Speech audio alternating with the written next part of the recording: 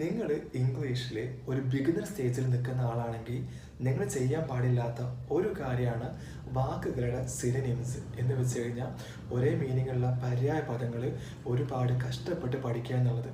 ഇപ്പം നമ്മൾ സോഷ്യൽ മീഡിയയിൽ കാണുന്ന മിക്ക വീഡിയോസിലും നമ്മളോട് ഈ വാക്ക് പറയരുത്, ഇങ്ങനെ മാത്രമേ പറയാവൂ എന്നൊക്കെ രീതിയിലുള്ള വീഡിയോസാണ്. ഉദാഹരണത്തിന് ഐ എം ഹാപ്പി എന്ന് പറയരുത്, മറിച്ച് ഐ എം എക്സ്റ്റാറ്റിക് എന്ന് പറയണം.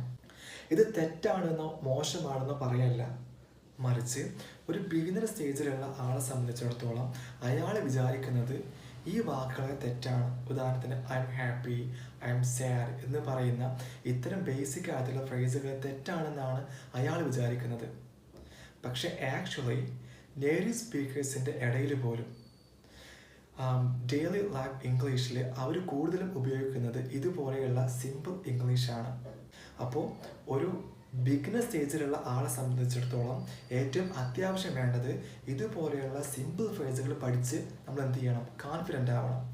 അതിനുശേഷം മാത്രമേ നമ്മൾ എന്ത് ചെയ്യാവൂ, ഇതുപോലെയുള്ള അഡ്വാൻസ്ഡ് ആയിട്ടുള്ള സിനോണിംസ് പഠിക്കാൻ വേണ്ടി ശ്രമിക്കാവൂ.